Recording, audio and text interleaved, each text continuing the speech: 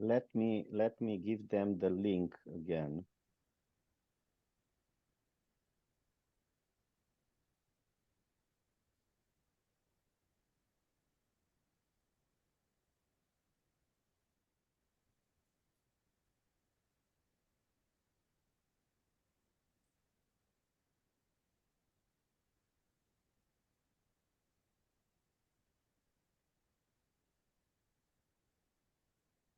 Gregor, he said he's gonna join in 1 minute, and I'm still waiting for Sergey. Sergey is here. Oh, okay, excellent. Excellent. So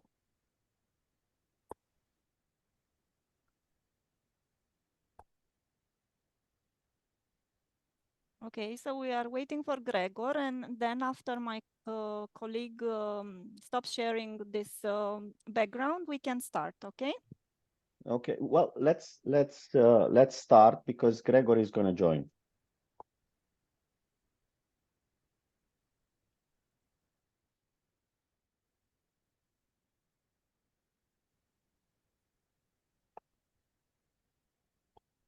Okay, in 1 minute we can start. Thank you. So how do I know we are live? We are going to be live when this screen will disappear. Okay.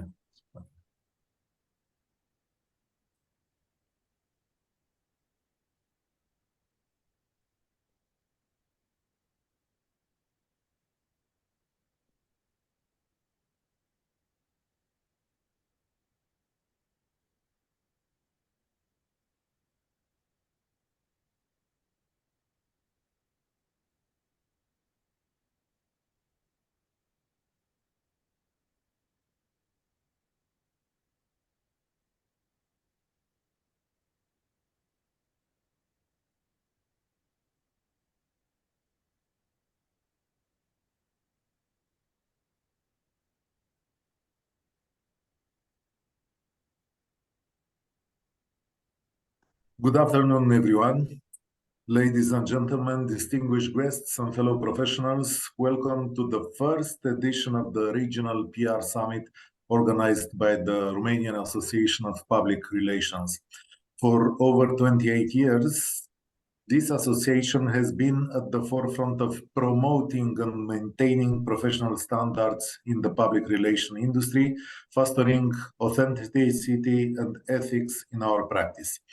In today's ever-changing landscape, where political, social, and economic challenges intersect with the transforming of communication channels, our role as communicators is more critical than ever. Global issues are now local concerns, and regional challenges are felt on individual level.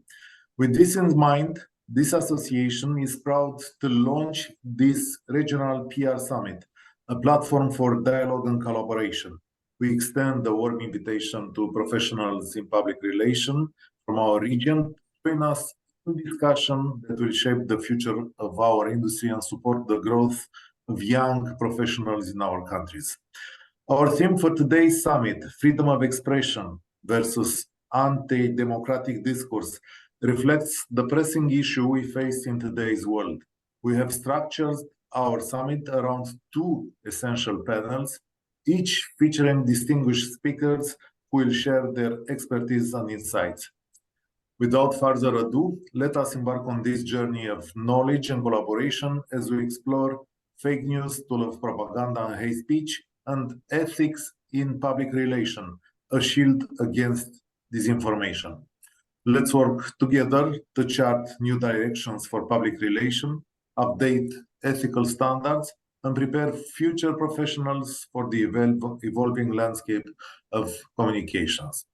Ladies and gentlemen, it's my honor to introduce our first speaker today, which is Mr. Cristian Pârvulescu, political analyst, Dean of Faculty of Political Science from National Study and Political Advice Faculty University in Bucharest. Mr. Pârvulescu, you are invited. Thank you very much, Mr. Striblea. I am very glad to be here with you and to talk a little bit in the beginning of the political life and of the electoral challenges next year. Mr. Hosu asked me to give a brief presentation of the next year electoral challenges in Romania and elsewhere. And next year, you know very well, will be a very special electoral year. There will be election in 40 countries, and the most important are in January in Taiwan, in Russia and Ukraine in March, if there are any presidential election in Ukraine, the European election in June, the American election, of course, in November, and the Romanian election 4 times from June to November. Of course, the most important election next year will be the American election, and the possibility, or we can say the probability to see Donald Trump elected like president, it's in this moment very clear. So if and after the Dutch election yesterday, we understand very well the risk to see the far right in the pole position in many countries. The European election for in June, it's very important because after this election, we can see a changement of the balance of the power at the European level. And we can see a very consistent far-right groups, because in the European Parliament, we have now 2 or 3 various variants of far-right, and that can change the European political life.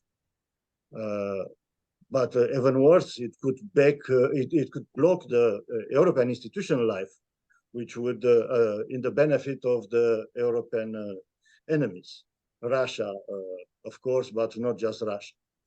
In Romania, the electoral calendar starts with the European election in June. After that, in September, we have local election, parliamentary election, and finally presidential election in November. And this calendar could favor the far right. And after 2020, we have a strong far right representation, not in parliament, we have in parliament, but in the public debate. In this moment, the Romanian political agenda, it's stated by the far right party, and that's could transform the political life and the electoral situation in Romania next year. Because the first election are the European election. Because in Romania, like in many European states, we don't have a very important turnout. It's probably the far right can realize a very good score, and with this result, they can attack the local election, the parliamentary election, and the presidential election. The scope of the far right is to have a candidate for the second round of the presidential election. In Romania, the most important election, traditionally, symbolically, it's the presidential election. So this is, if you want, a brief presentation of the next electoral year and of the challenges for democracy, because yes, we can have after this year very strange situation of democracy in Europe and in the world. Thank you. Thank you very much, Mr. Pârvulescu. Now we have set the context of our meeting and, of course, of our future. And this is the first step for the meeting today. And knowing this, I will invite Mr. Cătălin Hosu, which is the president of the Association of Public Relations in Romania, to take us to the next panel. Hello, Cătălin. Hello, Cătălin, and thank you all for being here. Ladies and gentlemen, esteemed colleagues, dear friends, welcome to the Romanian Public Relations Association Regional Summit. a first edition that unites exceptional minds committed to shaping the future of public relations in our region. Today, we start a journey of transformation as a united community of professionals dedicated to transparency and ethics in our dynamic field. Allow me to extend my warm welcome to our distinguished speakers, experts who stand as pillars of excellence in the global PR arena. Sergei Bidenko, he is the president of UPRA Ukraine, and he is an award-winning crisis and reputation advisor recognized for his remarkable efforts in combating misinformation and propaganda. Welcome, Sergei. Alina Bârgăuanu, she is an expert member of the high-level group on fake news of the European Commission and also the Dean of the College of Communication of Public Relations in CNSPA in Bucharest. Gregor Szczepanski, he's the president of ICO. He has over 25 years of experience in communication management, in crisis communication, in corporate strategies. We also have Paul Holmes here. He is the founder and chair of Provoke Media, also founder of the prestigious Holmes Report, also with over 25 years of experience, and he can provide invaluable insights into the critical trends of our industry. Maxim Behar, he is former ICO president and CEO of M3 Communications Group, a leading PR expert recognized globally for his contributions to the field. And Cristian Pârvulescu, he's a world-known political analyst and the Dean of the Faculty of Political Sciences in Bucharest. They represent the best in the world, and we're privileged to have them with us today. Also, a special welcome goes out to the high-level representatives of the PR Professional National Associations. Ondrej Stanislav, he is the president of Hungarian Public Relations Association. Mario Medek, he is the president of the Croatian Public Relations Association. Radek Maršik, he is the chairman of the Association of Public Relations in the Czech Republic, and Ludmila Andronik from the Association of Public Relations and Communication Specialists in Moldova. Their presence adds great value to our discussions, representing not only the professional sphere, but also the diverse perspectives of countries in our region. As we gather here today, we all acknowledge that the solutions we seek are only to be found through collaboration. We bring together here professionals and academics for a robust and powerful joint effort to set up communication trends and to provide with the solutions for the entire PR ecosystem in the region. Today, we delve into a pressing and timely theme. As Mr. Striblea said, freedom of expression versus anti-democratic discourse, to recognize that critical role of PR and communication. PR is not just a profession. We have to look at it as a responsibility to ensure that our voices rise above the noise. In the next 90 minutes, we will share knowledge and experience. More importantly, we will lay the foundation for the future directions of PR, whether in the lecture halls of academia or the boardrooms of industry. In a world suffocated by data and information, PR and communication have a new role to stand at the forefront of combating misinformation, fake news, propaganda, and disinformation. PR is not, and it should not be, just about managing reputations. It's about shaping perceptions, fostering understanding, and building bridges of trust. We are in a profession where ethics isn't a choice. It is the cornerstone of credibility. As we explore the multiple dimensions of our theme today, let's underscore the importance of ethical practices in PR. Let's reaffirm our commitment to truth, accountability, and responsible communication. Let's dare more to give valuable guidance to academia in educational process of future communication professionals. I hope to have a call to action as an outcome of this summit, which we hope to become recurrent in the following years. Thank you all for being part of this summit. Thank you all for being part of a journey. Let's not only be a platform for dialogue, but a catalyst for action. Let's join forces and collectively craft a narrative to define the future of PR in our region. Let's ensure that from now on, PR is always a force for good. Thank you very much. Thank you, Cătălin. We'll start our debate from here. We'll have, as you heard, two panels. Fake news, tool of propaganda and hate speech is the first one, and the second one is ethics in PR, a shield against disinformation. So every speaker will have, let's say, about 10 to 12 minutes. And if you want to ask questions, after every speaker will take questions. I will invite you to put those questions in the chat platform of our Zoom conversation here. So, ladies and gentlemen, we now move on to our first panel, fake news, tool of propaganda and hate speech. In this era of information overload, disinformation and fake news have emerged as a pressing challenges. Our esteemed speakers today will shed light on this global problem and regional solutions. And our guests today in this panel are Mr. Sergei Bidenko, UPRA Ukraine President, and Alina Bărgăunu, expert member of the high-level group on fake news and online disinformation of the European Commission. Our first speaker today is Mr. Sergei Bidenko, UPRA Ukraine President. Mr. Sergei Bidenko is an award-winning crisis and reputation advisor and the president of UPRA Ukraine. Mr. Bidenko's expertise in strategic reputation management and his commitment to combating propaganda and misinformation have earned him international recognition.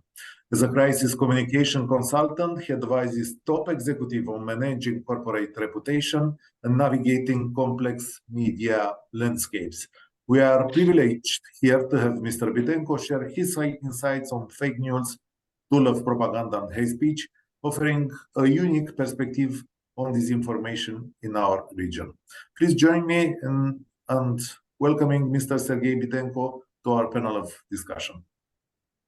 Thank you so much. It's nice to see all the participants and friends here, and thanks for the organizers of this summit. It's a really great idea and event. And when we talk about disinformation and propaganda, I want to add more important words to this discussion. It's trust, it's truth, and emotion. And next, I will tell you why this is important. In the last years, we have seen how European countries are strongly connected in political, economic, and informational fields. And as I see information waves in one country, for example, in Poland or Romania or Czech Republic, spread to all European region and affect the processes, because we read news about neighboring country and try it on ourselves. And after this, we make decision based on this information. So we can name this European Union, for example, or Europe, but it's more the name, because it's a processes and information processes too. And this openness for European region, it's sometimes it's a gift and possibilities, but sometimes it's dangerous, because this information can be integrated into natural informational processes. And as I see, this information operates fast and is not detected immediately. And we need some time to react for this, to make some decision, to check this disinformation process, and to make a decision what we need to do. As a result, disinformation often achieves its goals. And we are not the first in this process. And emotionally, I think that disinformation, it's like a virus or poison, and we must protect ourselves from this poison. And I think that, I believe that PR professionals have the knowledge, skills, and tools to combat disinformation, to help our clients, to help our communities, to our leaders. And as I said about 3 words, trust, truth, and emotion, I have some words about trust. For example, the political and military leaders of Ukraine now have a high trust rating. It makes speaking directly about potential informational threats and uncovering planned provocations to protect us, to protect the country. And I really believe to these messages from our president or from our military leaders. And in this situation, as a resume, I believe that business leaders of your countries and politicians must work on increasing trust in themselves and their organization just now. Another word, it's trust. It's true, sorry. And I thought, what is the difference between true and disinformation? And I think that true is facts, but facts usually so boring. Disinformation based on emotions and faith, because faith is more interesting than truth. And as a resume in this situation, I think that you have to take control of this situation, because you need to protect yourself and protect the truth. About emotions, I think if we understand that facts are boring and emotions are work, you must create and share emotional stories with the facts inside, but it must be emotional stories.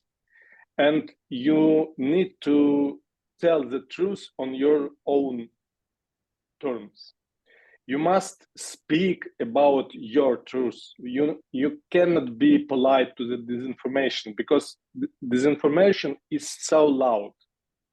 And we are polite and we are like a democracy. So sorry, we need a balance. We need to discuss. Disinformation doesn't create the discussion, only on position. And we need to speak and speak loud in this situation. I know about important European Union initiatives to prevent disinformation. It's platforms to interact, to share information and learn about the latest trends and tactics to combat disinformation. It's really important to protect your countries. And additionally, I want to focus your attention on some excellent Ukrainian IT solutions that help to predict, detect, and fight disinformation at an early stage. And this solution, I think, and I hope, are very helpful for politicians and for the business. And I hope it could be helpful for you. And let's talk about possible cooperation in this field. I'm really ready to share information about these services, and I hope it could be helpful for you. Thank you. Thank you very much for your intervention. It was very useful. And I will ask our viewers. If you have any questions, please add them into our chat, because the questions are very, very important. And I will ask Mr. Sergei Bidenko to respond to those questions. And let me check if there are any questions at the moment. But if there are not, which is true, and I'll ask you to put them here, and I will ask them later. Sergei, thank you very much for your intervention here. Now I'll pass the floor to Mrs. Alina Bărgăoanu, expert member of the high-level group on fake news and online disinformation of European Commission. It's an honor to introduce Mrs. Alina Bărgăoanu, which is a prominent communication scholar with strong focus on digital transformation and strategic communication. Her expertise in regulating the digital ecosystem and fighting disinformation is invaluable as we explore the challenges of disinformation in our region. As the Dean of the College of Communication and Public Relations, she brings a wealth of knowledge to our discussion on fake news, tool of propaganda, and hate speech. Mrs. Alina Bărgăoanu, I invite you to take the floor and to tell us your part of the story. Hello, everybody. Thank you very much for having me here. Thank you for the extremely good presentation. I feel like somebody did some very good reputation management on my behalf already. I really felt overwhelmed by the very nice introduction, and I hope that somehow my very short presentation will fit that presentation. I prepare some slides because English is not my native language, so I always feel the need for some visual support, especially when dealing with such important subjects such as information warfare, disinformation, fake news, and stuff like that. Do you see the slides? Yes, we do. It's okay. It's all right. Thank you very much. So I'll be very short, but again, I felt the need for having some support for my presentation. I will make the point, which I consider, of course, extremely important, that we as communication professionals, PR professionals, experts of any kind dealing with communication in general, are performing in a completely changed information environment. And I put here some results of my reflection about mega changes, mega trends having to do with the information environment. Very, very briefly, they have to do with the fact that compared to other periods in time, for example, we are not working under conditions of information scarcity, but on the contrary, we are working under information-rich environments. Apparently, there is too much information, or to be more precise, there is too much content. And there is an abundant set of literature saying that this kind of information-rich environments create knowledge resistance. So the more content, the more facts, the more information we add to the information ecosystem, paradoxically enough, this creates knowledge resistance. The second change is that the internet-based technologies which have changed the information ecosystem create subjective psychological feelings of disorientation and alienation. And again, this is widely documented in the literature that internet-based technologies as exponential technologies create this kind of subjective psychological moods, disorientation, alienation, which are the best, the most fertile backgrounds for propaganda and disinformation. Another change has to do with the fact that we have private control of public spaces, which I call the public spaces are controlled by the new global despots, or if you want a less academic expression, we are dealing with the Elon Muskization of the public fora. And the final change, which I think is very, very controversial, probably it is very difficult for us as Europeans to digest this change. I think that we are dealing slowly but surely, and probably not so slowly, with the non-Westernization of the global sphere. My understanding, my reflection on the field, that we are dealing with the competition for influence, especially in the information field, hence the notion of regional information blocks, changing information order, and stuff like this. Why I think it is very important? Because this new information ecosystem creates a new type of information warfare. I put here a more comprehensive term, the notion of information warfare, uniting propaganda, disinformation, hostile communication, hostile narrative warfare, and stuff like this. So as a result of the changes that I put on the previous slides, I think that we are dealing with a new type of information warfare for which there is no good precedent in history. And in my understanding, information wars are global or transnational, to be more accurate. Audiences are both hyperlocal and transnational at the same time, but with a silver liner, responses are localized, meaning that resilience is a mitigating factor. Otherwise, we would receive propaganda in the same way. So resilience is still a mitigating factor. After probably a little bit too gloomy picture, I mean, what can we do with this kind of new information ecosystem as communication professionals in general? I think that the first thing that needs to be done, and I think that we are still underestimating or misunderstanding the environment. The first thing before getting to action, we have to understand this kind of mega changes. And I'm almost fascinated by the thing that almost all these mega changes from my previous slides are co-substantial with the explosion of digital mobile internet technologies.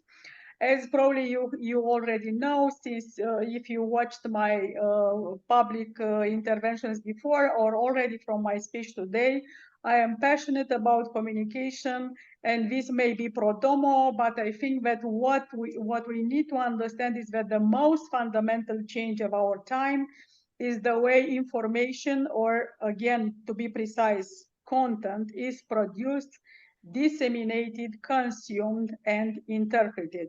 So again, I think that the field of communication with the various branches, whether we are talking about reputation management, crisis management, public relations, fighting propaganda, and whatnot, are the most prominent field of international relations right now, because again, I think that the most fundamental change of our world today is the way content is produced, disseminated, framed, consumed, and interpreted.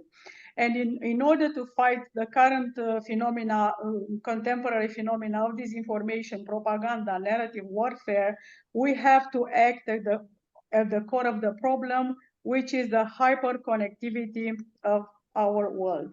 If you allow me, we don't even have a name in the literature or in the practice to talk about this kind of phenomena. And I put here only two names which are very, very new in the literature, which is a notion of cyfluence, for example, which is a combination between cyber and influence, or amplifying, which is a combination between amplification and propaganda. So again, I think that the most fundamental change of our time has to do with the way content is produced, disseminated, framed, consumed, and interpreted.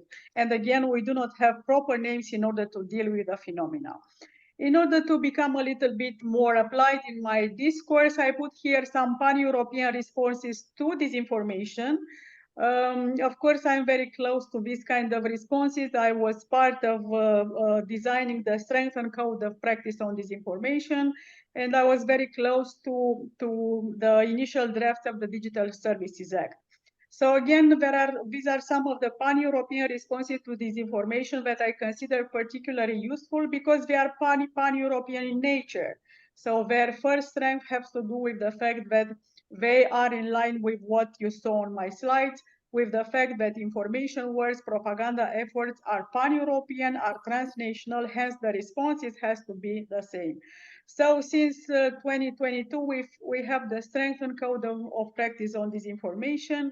Since 2020, we have the European Digital Media Observatory, which is a pan-European response to disinformation, coming up with fact-checking at the level of the European Union. It had a task force on disinformation on the war in Ukraine. There is a task force working on EU elections. So it is one of the few pan-European responses to this kind of efforts. Since October 2022, we have the Digital Services Act, which was published and will go into full compliance by the beginning of next year. We also have a parliamentary special committee on foreign interference, and talking about legacy media, mainstream media, we have the revised audiovisual media services directive. So I put here some of the hard measures that were put in place by the European Commission in order to come up with a unified response. Just very few words about the Digital Services Act. And my intention to talk about Digital Services Act is that to my satisfaction, if you allow this, DSA doesn't talk about content, but it talks about more the actual challenges that I try to summarize on my slides too. And as a very brief parenthesis about the title of our conference today, about freedom of expression versus anti-democratic discourse, it is my deep belief that without some exceptions, content should be free. With some exceptions such as hate speech, apology of terror and of terrorism, calls for explicit violence or child pornography, content should be free, even if it is anti-European. So this is my deep, truly democratic belief that content, with the exceptions that I have underlined, should be free and should not be the subject of regulation. This is why, again, to my satisfaction, Digital Services Act talks less about content, but it talks about the infrastructure on which possible different types of contents travel. And DSA, for example, talks about demonetization of disinformation and other types of problematic content.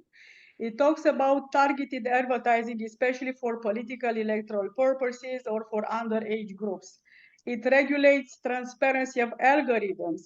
It regulates transparency of data collection, storage, and usage.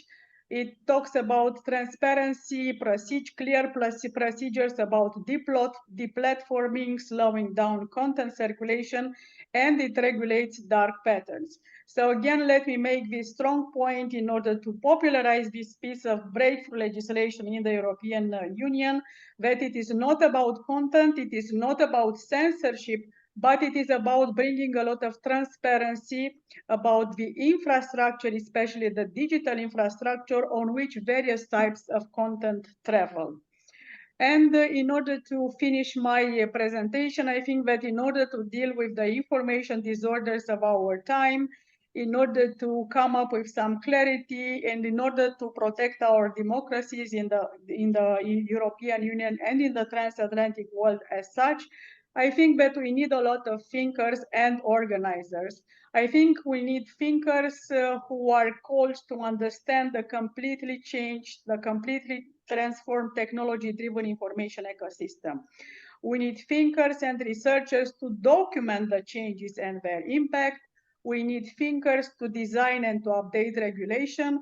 And in the end, any regulation is completely useless if it doesn't have enforcement mechanisms and if it doesn't have people, bureaucrats, having an intimate knowledge about that piece of legislation.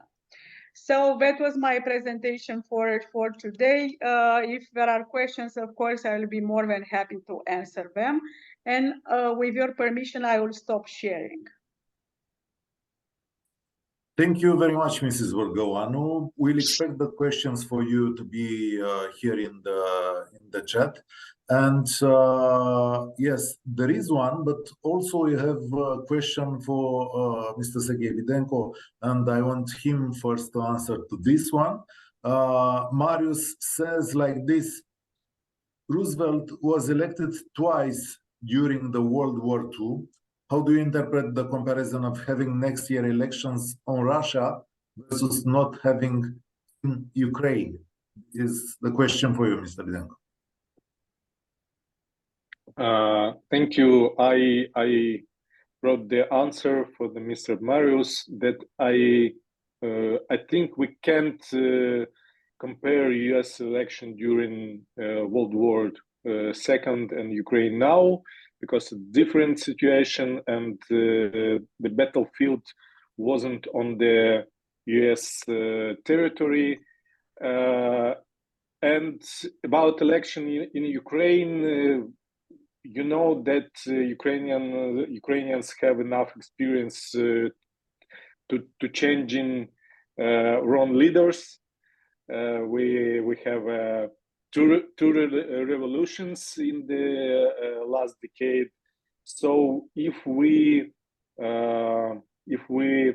will see that our president or another authorities will be wrong, I think that Ukrainians will make the decision to change in these authorities in the democratic ways. But in the Russia, you understand that it's not a democracy. Yes, Ukraine, it's democracy. It's maybe modern democracy, maybe young democracy, but it's democracy. In Russia, it's not election. It's dictatorship, and now we must be united. And as I said, our president and our military leaders have incredible support, and we are really united. Not for president, but for every of us. Thank you. Thank you for your answer. I have here a question which just appeared, and I think it's for both of you. Russia has been involved, says Alexandru Alexe, in hybrid warfare using freedom of communication in the West to spread misinformation, disinformation. This may have killed many people during the pandemic. And please, Mr. Bidenko, ask first to this observation, is not a question, and then I'll pass this question to Mrs. Bărgăoanu. Do you think it's possible?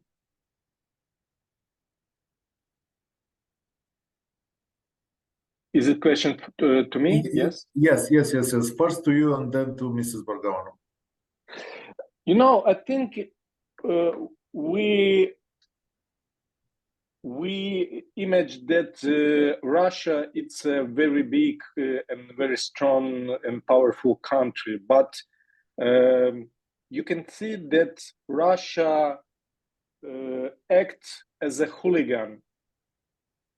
They have powerful only for the dark street accidents. And yes, disinformation is one of the weapon of Russia. But if you understand that you have a hooligans on the streets, on your street, you just must buy more lamps, I think, more lights. And in this situation, we must use more lights on your informational streets, I think. Thank you very much. I'll pass to you, to Mrs. Bărgăoanu, this question, and also I have other two questions for you. Yeah. Thank you very much. A very short comment on this insight that the fight of disinformation and the notion of freedom of expression have been weaponized by anti-democratic discourse in general. This is why I emphasize the fact that DSA doesn't have to do with content so much.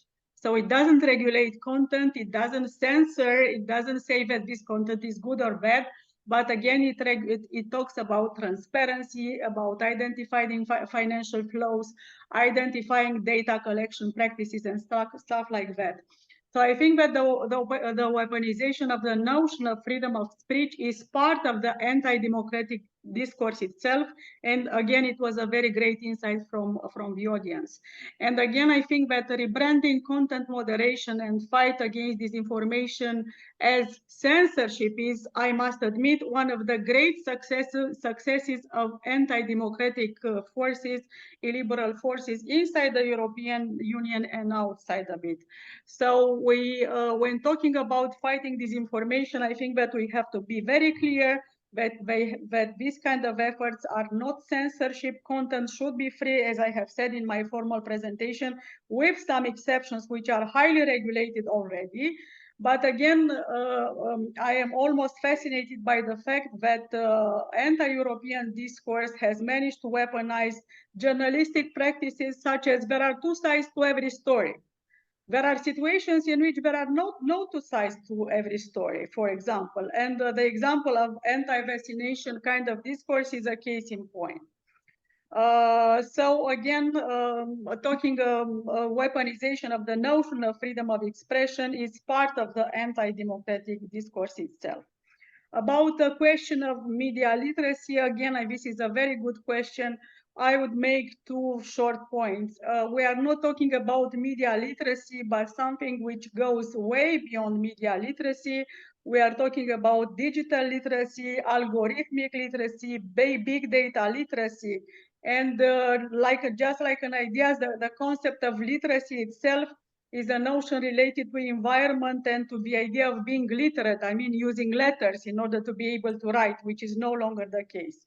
So first of all, I think that we are talking about something which is way bigger than media literacy. And the next point is that of course, I do not think that media literacy is a magic bullet for disinformation. There are no such things as magic bullets for disinformation, but the toolkit for fighting disinformation is much more complex, such as regulation of the digital platforms, co-regulation, digital literacy, empowerment of end users, diversification of the media environment, and early warning system that Sergei very well mentioned, and I am very, very interested in the solutions that you Ukrainians came up with.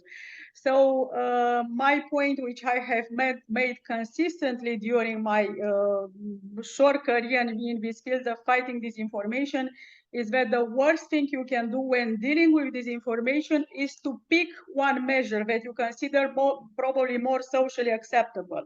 So I will do some media literacy because people will accept it.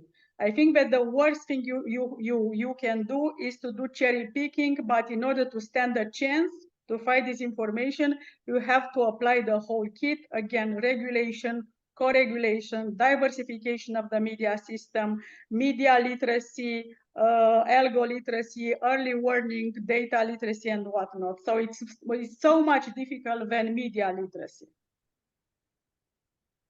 And I think that just a very short note, I think that cherry picking is very, very dangerous because first of all, it is not efficient. And second of all, it creates a false sense of security that you have done something. And I think that this kind of false sense of security invites more and more attacks. Mrs. Berganu, thank you very much for your statement here. And if everybody agrees, I will go to the second panel of our meeting today. Ethics in PR, a shield against disinformation. We'll have 4 speakers here, and I will ask you, of course, to put your questions in the Q&A in our chat here. And this panel, maintaining ethical standards is crucial in the field of public relation, especially in the face of disinformation. Our distinguished panelists today will delve into current challenges in maintaining ethical standards and explore new PR tools and trends for the years ahead. They will discuss the quality and relevance of communication in extremist-affected societies and share their expertise on the ethical dimensions of public relation. Let's engage in a thoughtful discussion, I say, on how ethics can serve as a shield against disinformation. And our speakers today are Mr. Gregor Szczepański, ECCO President, Mr. Paul Holmes, Founder and Chair of Provoke Media, Mr. Maxim Behar, Public Relations Specialist, and Mr. Cristian Părvulescu, Dean of the Faculty of Political Science at CSFPA. Our first speaker for the second panel in our debate today is Mr. Gregor Szczepański. He's a seasoned professional with over 25 years of experience in the public relation industry. Mr. Szczepański currently serves as the president of International Communication Consultancy Organizations His extensive background in corporate strategies and crisis communications makes him a leading expert in this field. Mr. Szczepański insights on ethics standards and the evolving landscape of PR tools will be invaluable as we explore ethics in PR, a shield against disinformation. Mr. Szczepański, good afternoon, and I'll ask you to take the floor. I'm just wondering, I was 25 years in business, and Paul, you also been present as 25 years in business. I remember when we met first, that was the year 2000, and we've been already together well in business by that time, but it was very nice indeed. Thank you so much for, no, that's okay. Thank you so much for inviting me and making it available for me to share with you my insights or my takes.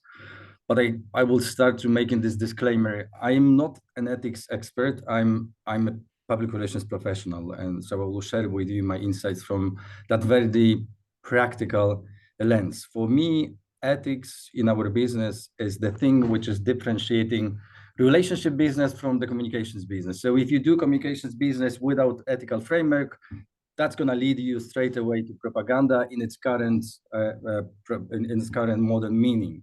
So looking at this, I was asked to share with you what is my take on the challenges. The challenge number one that I see is basically how to make ethics relevant, how to make ethics still relevant in the world which is changing so fast. And just to give you a very material example, is basically AI. Before November last year, that was not an issue.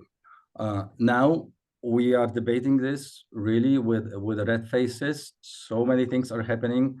Just looking at the very latest happenings at OpenAI and what it could cause, you know, it's the area of business which has to be regulated or self-regulated, and there are also the ethical means of how to approach that. So I will share with you the link to the very latest paper that we published as ICCO. We just adopted the principles of AI, ethical AI usage within the PR profession.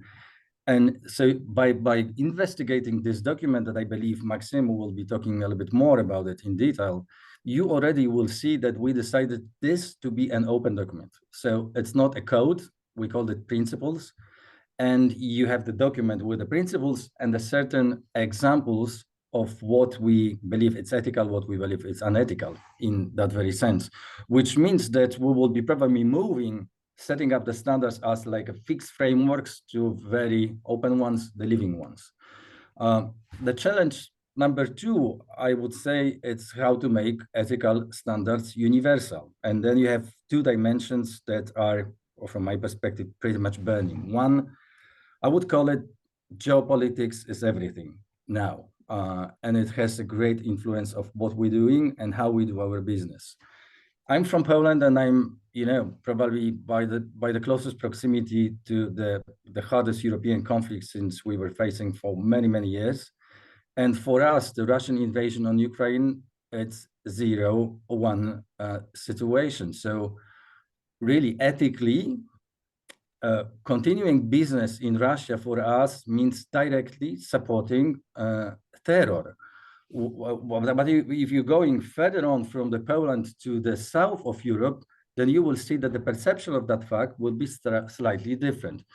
You see an international company still maintaining commercial activity in Ukraine, which, you know, from people in Ukraine, from people in Poland, it's ethically unacceptable, but in the other corners of the world, it's ethically okay.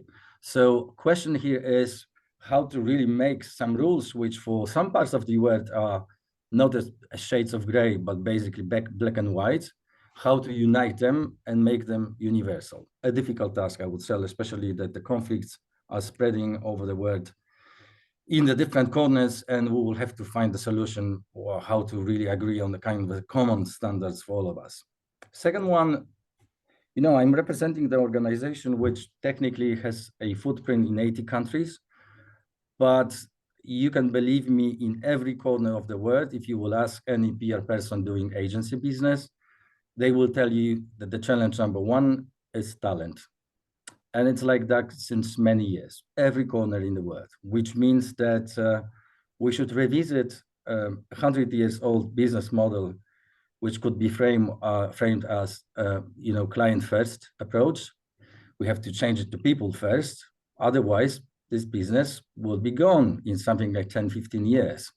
It is very difficult to colleagues of mine, especially the older ones, to acknowledge that.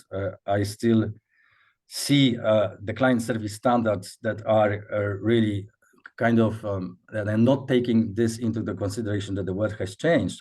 And while we are talking about the talent, we will have to revisit also a basic ethical standards for who we're doing the businesses, not only through the lens from geopolitics, but the businesses that are having, let's say it politely, not a neutral influence over the environment, for example, just to mention fossil fuel business. So the current kind of a common agreement is that as long as we are servicing the company in the field that is helping them, I don't know, go through the transformation, let's say energy transformation, and not supporting drilling or not supporting fuels, for example, then it's okay. But I think over the next couple of months, maybe not, but years at least, this will have to be revisited. I think the times when we were applying this the standard of fair representation,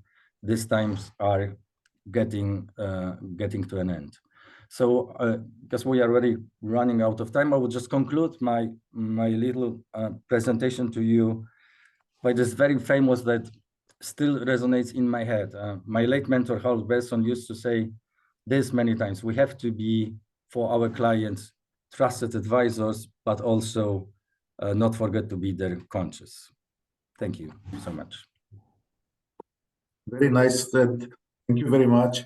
If there are questions for Mr. Szczepański, please add them into the chat, and I will pass them to you in the later minutes of our conversation here. For our second panel, the next speaker is Mr. Paul Holmes, founder and chair of Provoked Media. He's a distinguished figure in the field of public relations for over 25 years. Mr. Holmes is the founder and chair of Provoked Media, a platform that provides knowledge and insights to public relation professionals worldwide.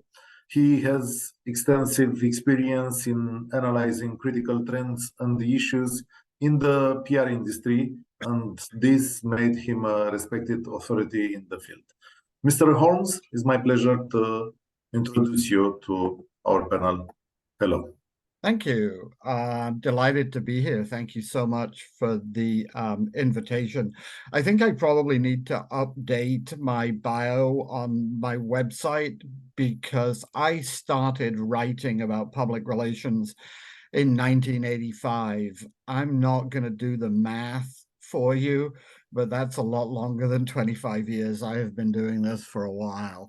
And I'm delighted to be invited to speak on this topic, which I think is, and I do not mean this as hyperbole in any way, existential to our industry. We are at the core of what we do. We are in the business of building credibility, trust, and relationships. And if the channels through which we do that are corrupted by disinformation and fake news, trust and credibility will be impossible to build using the tools of our profession. And in essence, what I think of as public relations will cease to exist and will be completely taken over by something that I believe is the absolute opposite of public relations, which is propaganda.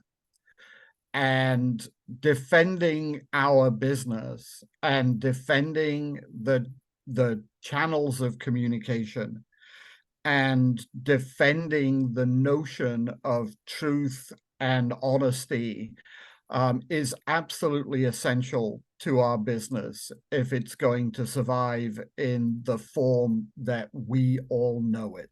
So I think holding an event like this to discuss this topic is absolutely credit-worthy, and I do hope that some sort of action plan emerges from our discussion today that will give the industry a role in solving this problem.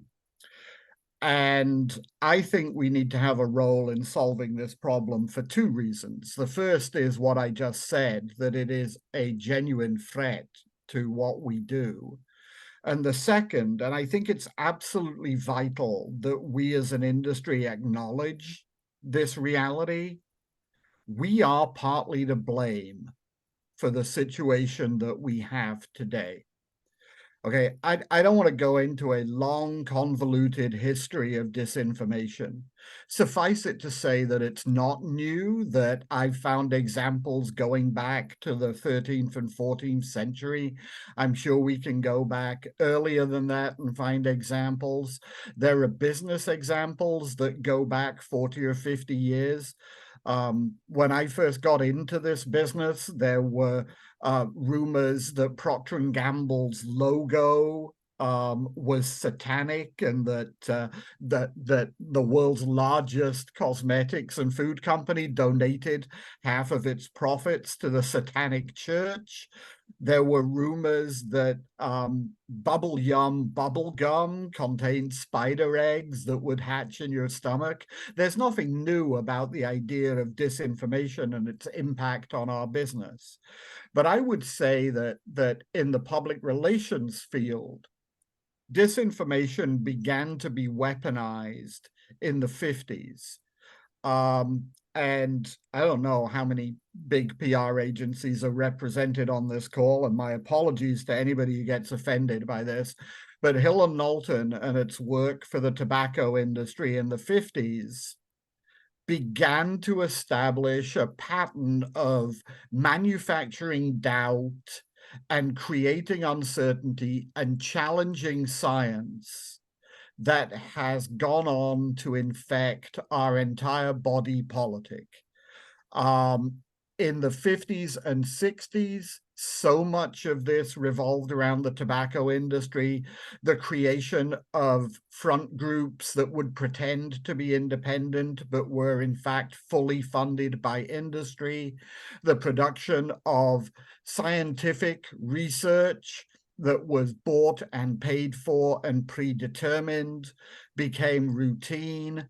The manipulation of media, taking advantage of the idea that the media believes in this idea of balancing every good idea with a bad idea, taking advantage of the fact that the media loves debate even when questions are scientifically settled. All of that was deliberately created by our industry. In more recent years, that has revolved around the topic of climate change and climate change denial. And we have again seen corporate public relations people manufacturing doubt and demonstrating massive amounts of intellectual honesty. So we have a moral obligation as well as a practical obligation at this point to be part of the solution rather than part of the problem. I am not nearly like Gregor, I am not any kind of ethics expert. If you wanted an ethics expert, my wife studied philosophy and would have been a much better contributor to this discussion than I am. But I do know that we as an industry need to do something. And based on what I just said, I think the first thing that we have to do is find a way to stop being part of the problem. Gregor talked about the difference between being relationship builders and being communicators. And I'd actually got in my notes this a similar notion that we had to find a way of balancing the idea that we are advocates for our clients with the idea that we are also advocates within our clients for the outside world. We are either publicists or we are public relations people. And public relations people, it seems to me, are people who build relationships. And I think we all know, and sometimes forget in our professional lives, but we all know in our personal lives, that relationships have to be built on trust. They have to be built on honesty. They have to be built on understanding and sympathy and empathy. And empathy and integrity are two qualities that we need to bring to everything we do if we're going to be part of the solution. And this means not just being factually honest. It means being intellectually honest. It means acknowledging that while there may be some uncertainty about aspects of an issue like climate change, for example, the scientific consensus is absolutely overwhelming at this point, and the cost of inaction is absolutely unthinkable. We need to stop being part of the problem. There are other things that we can do as a profession that I think are vitally important. Somebody earlier raised the issue of scientific literacy, for example. And like our earlier speaker, I wouldn't ever make the case that scientific literacy is a magic bullet to solve this problem, but it is vitally important. I'm sorry, I'm being kind of scattergun here because of the limited time. I think that you have to look at disinformation right now as a multidimensional issue. There is the supply problem, which basically is what I was talking about earlier. We should not be contributing to the supply of disinformation. But there's also the demand problem. There are two kinds of people, I think, out there who we have to worry about. People who fall prey to disinformation and are deceived by it, and people who hunger for disinformation and want more of it because it confirms their worldview. I think the first group of people are people that we have to try to help. And there are three things that I think the PR industry as a whole, and this is where the trade associations represented on this call, can make a huge difference. Scientific literacy, media literacy, and critical thinking skills. And anything that we can do as an industry to promote those three things, to give people the intellectual tools that they need in order to identify misinformation, in order to identify real science rather than junk science, and in order to think critically about the claims that are being made by people on either side of the political debate, is something we should be actively engaged in as an industry. And then the other thing that I think we have to think about is whether it is time for our trade associations to actually speak up and censor people who step over the line. Whether it is time for our industry to start to call out and deny membership in organizations to people who are not intellectually honest, to people who are supplying and feeding disinformation. We have to make that unacceptable somehow. And a stronger, bolder leadership in our trade associations is part of that. Ultimately, as I said, I think public relations, when it's about relationship building, naturally eschews any disinformation. Disinformation destroys trust. It destroys credibility. It destroys trust in your opponents, but it also destroys trust ultimately in yourself and in the media. And as an industry, we have to find new ways to fight this and new ways to give people the tools with which they can fight it. Thank you. Thank you, Mr. Holmes. There's a question for you from Mr. Paul Adam. And the question sounds like this. Regulation seems to lack here, since a 5-day-old website can create and spread news in the shadow of secrecy for the owners, and they can create the same emotion and public opinion like a professional agency news. We have the technical capabilities to link the internet IP addresses to individuals and companies. Knowing and showing it identities is not censorship, it's transparency. I think democracy should be more like Agora. When somebody is speaking, you can see him. over internet, people don't know who is speaking, who is creating and spread information. Do you think that linking the IP addresses to real identities can be a partial solution to defend public relation profession? Okay, so this is why I wanted to make it clear that I was not an ethics expert, and I have the classic liberal, I mean liberal with a small L, the classic liberal problem of seeing all sides of an issue. So the concept of the anonymous pamphleteer goes back 500 years, probably more, in European and American history. And the case for anonymity in those days, and to a certain extent today, was that it protected people against the government suppression of unpopular opinion. And I am certainly not opposed to the idea of expressing unpopular opinion. And so I have a natural disinclination about regulation. I also lived for 25 years in America. Happy Thanksgiving, everybody. I also lived 25 years in America. And became infected with the love of sort of free speech as an almost absolute ideal, which is one of the reasons why I thought the title of this session, the freedom of expression versus anti-democratic discourse, got right to the heart of the debate here.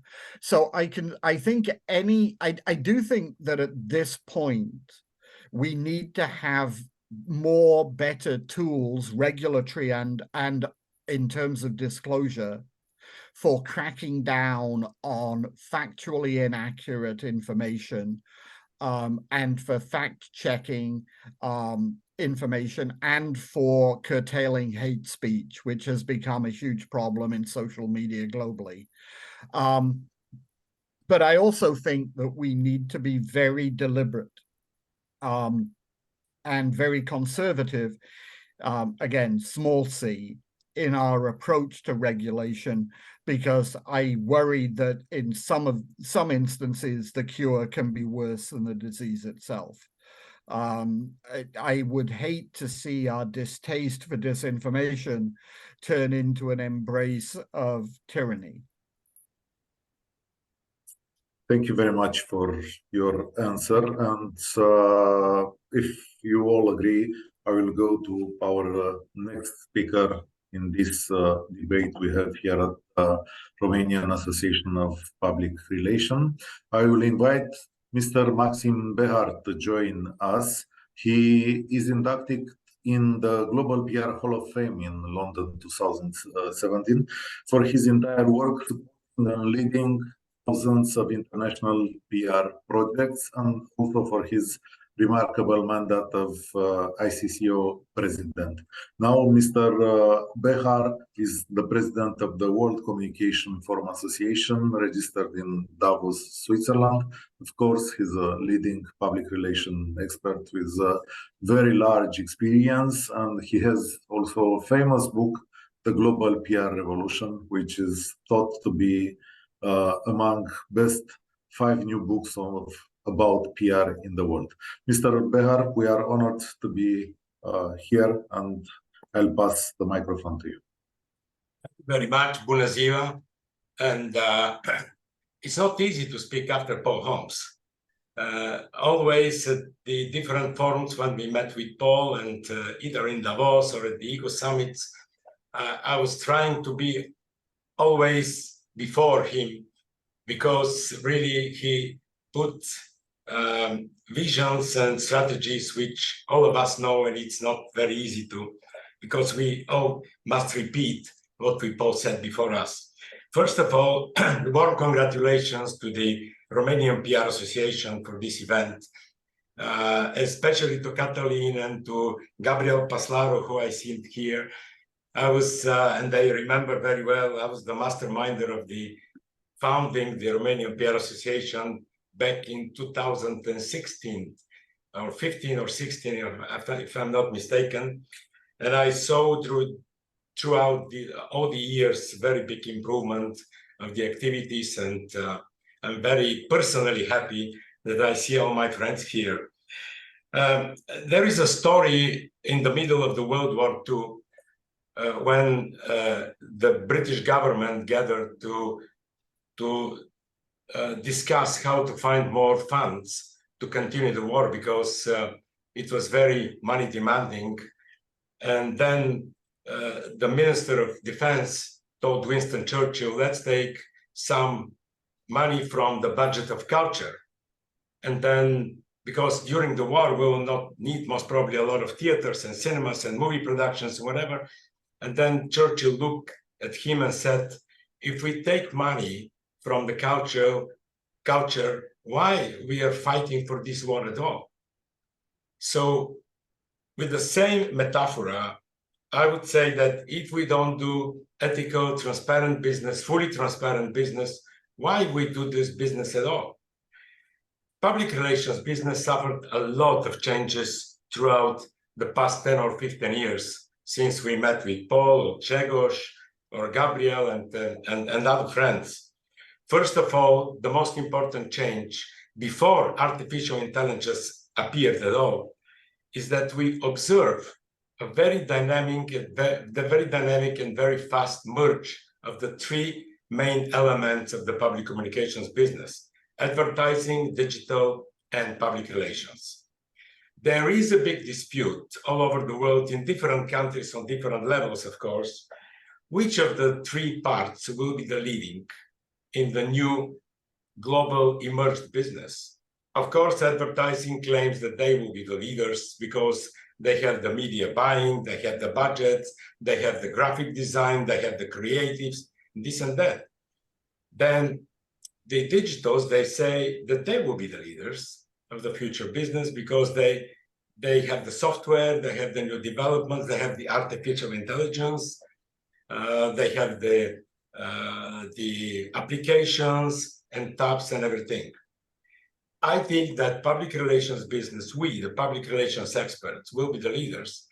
And the reason is very simple, because we are the masters of the content. At the end of the day, everything goes to the content. So this is the first big change, I can say, for the past 10 years, the very dynamic merge in these three elements of the public relations business. The second big change is that we are not anymore consultants. We, the public relations experts, we are not anymore advisors. We are decision makers. Because imagine that you should consult your client how to handle crisis, and the crisis already is viral. Then it might, especially with a big corporation, it might take hours and hours to consult. So we must take decisions on behalf of our clients literally in minutes in order to solve a crisis, in order to prevent crisis, in order to respond to the crisis.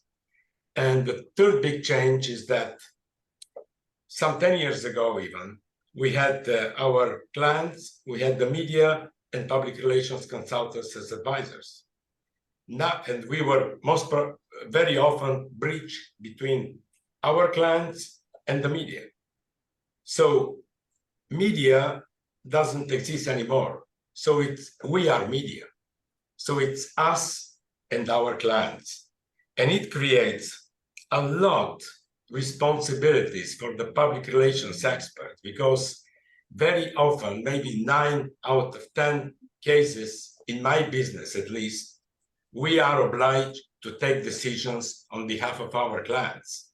So we are not, media is not anymore a bridge between public relations experts and the clients, because we are the one who take decisions.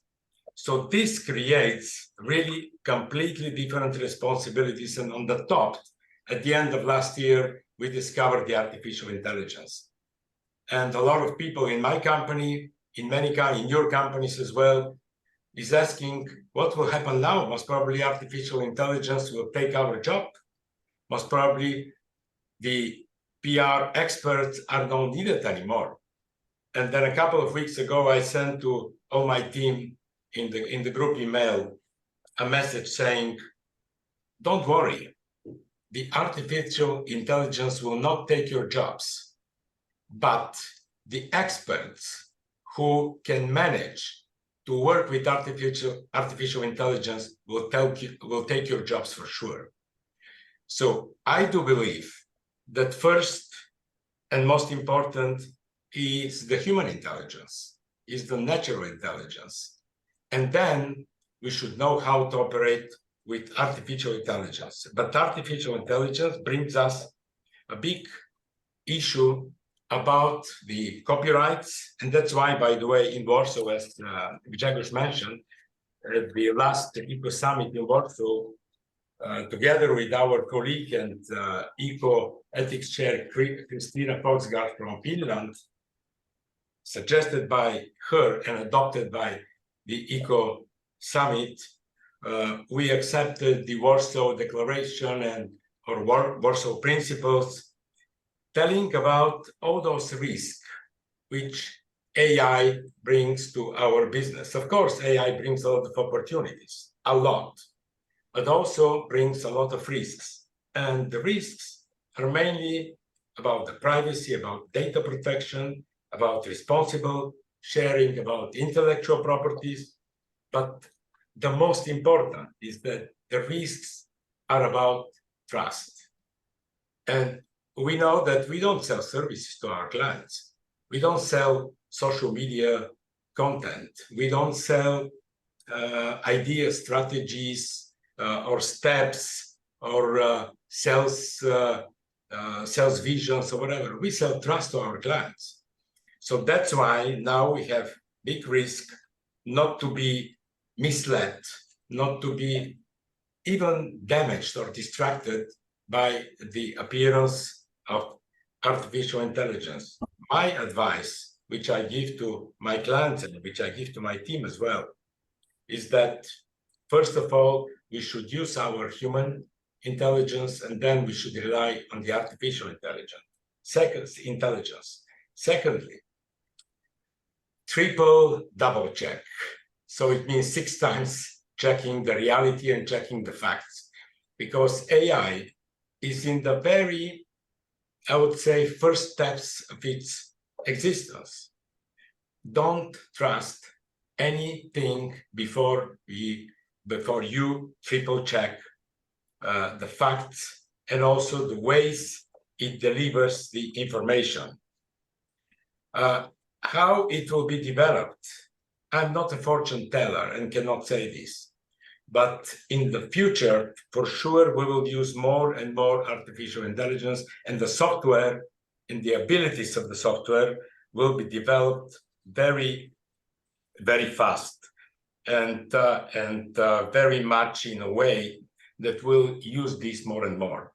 But in order to conclude, I would say that 2023, we put human intelligence on first place, and then we look at the artificial intelligence with great hope, but also with no very much high confidence.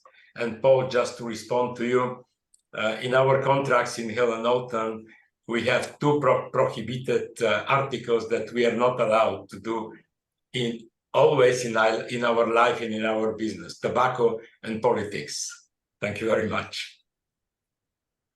This was very interesting. Thank you very much, Mr. Behar. I will encourage you all to ask the questions if you have them in our chat, and I will address at the end of the meeting. And if I may, a short remark, I consider this as, again, thanks to our Romanian friends, mulțumesc, and I consider this just the start of this very important topic. Me and Grzegorz and Paul and Sergey and all of you, we are very easy to be found on social media and everywhere. So our friends, I see here 51 participants. If you have any questions on that, please feel free to ask these questions to all of us on social media, emails, whatever. We'll be very happy to respond after this forum. Thank you very much, Mr. Behar. Our last speaker is Mr. Cristian Pârvulescu. He will speak about quality and relevance of communication in extremist-affected societies. Mr. Pârvulescu is a distinguished scholar and educator with a remarkable career in political science. He served as the Dean of the Faculty of Political Science at the National University of Political Studies and Public Administration in Bucharest since 2005. His expertise spans a wide range of political topics and has contributed significantly to the understanding of democracy and multiculturalism.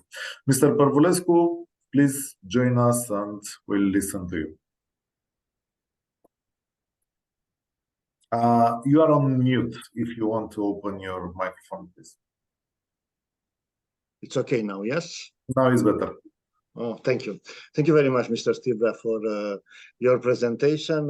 And it's very difficult after so interesting presentation to talk about the relevance of communication in societies affected by extremism. Yes, I am a political scientist, but I am a militant for human rights from 20 years. You know, I have an experience in political communication. I'm not a professional, but I have also a very interesting experience in the last year, like member of the European Economic and Social Committee, where I have the possibility to have visits in many countries concerning the rule of law and the fundamental rights.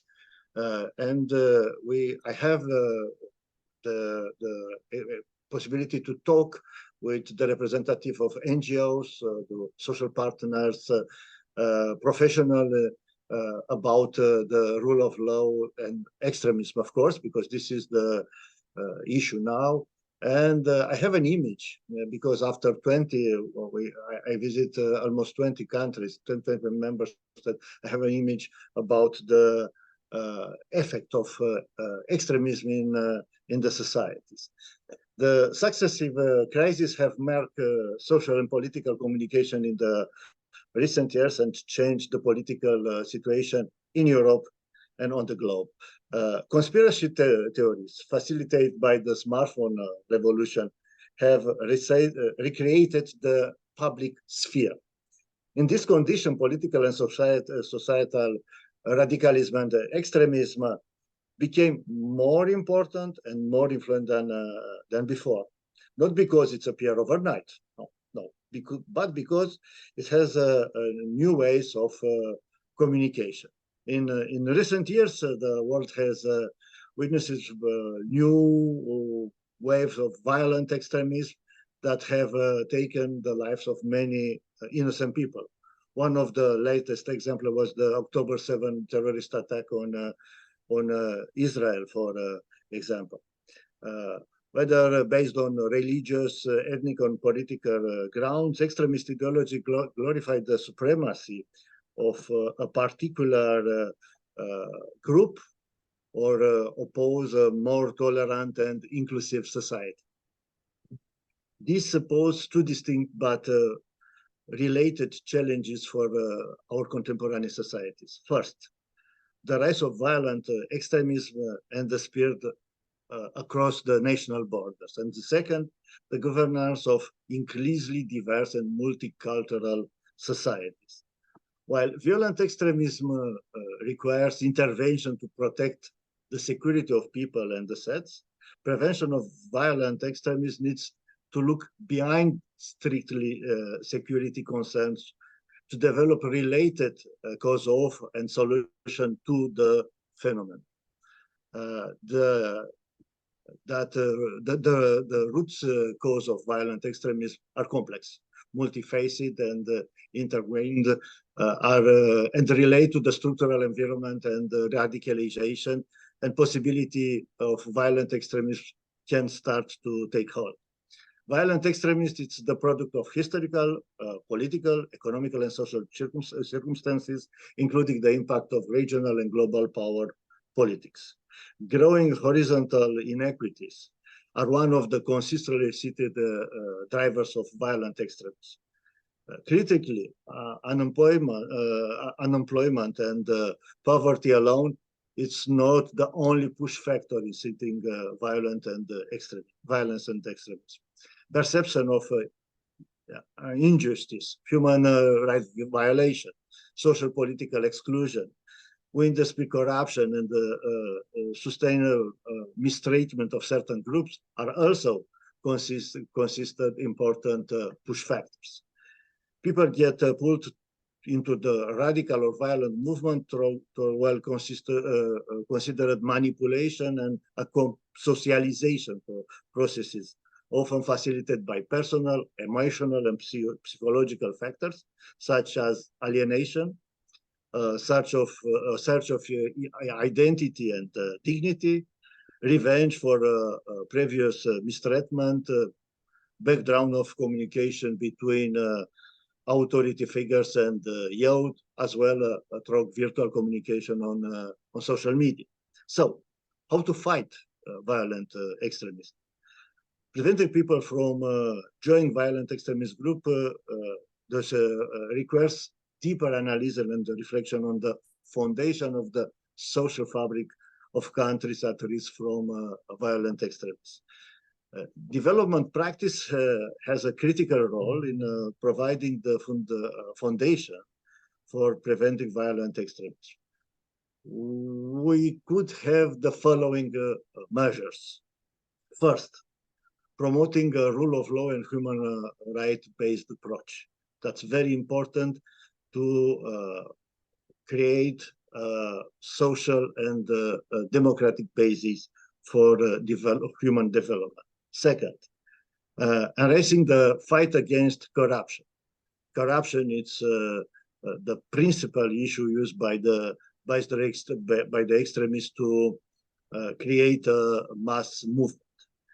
Enhancing participatory decision-making and increasing civic space at national, European, but also at the local levels. The fourth point, providing effective social economic alternatives to violence for the group at risk. The second, the fifth point, strengthening the capacity of local governments for service delivery and security. Sixth point, supporting credible internal intermediators to promote dialogue with alienated group and reintegration of former extremists. The seventh, promoting gender equality and women empowerment. Eighth point, engaging youth in building social cohesion. Nine, working with the faith-based organizations and religious leaders to counter the abuse of religion by the violent extremists.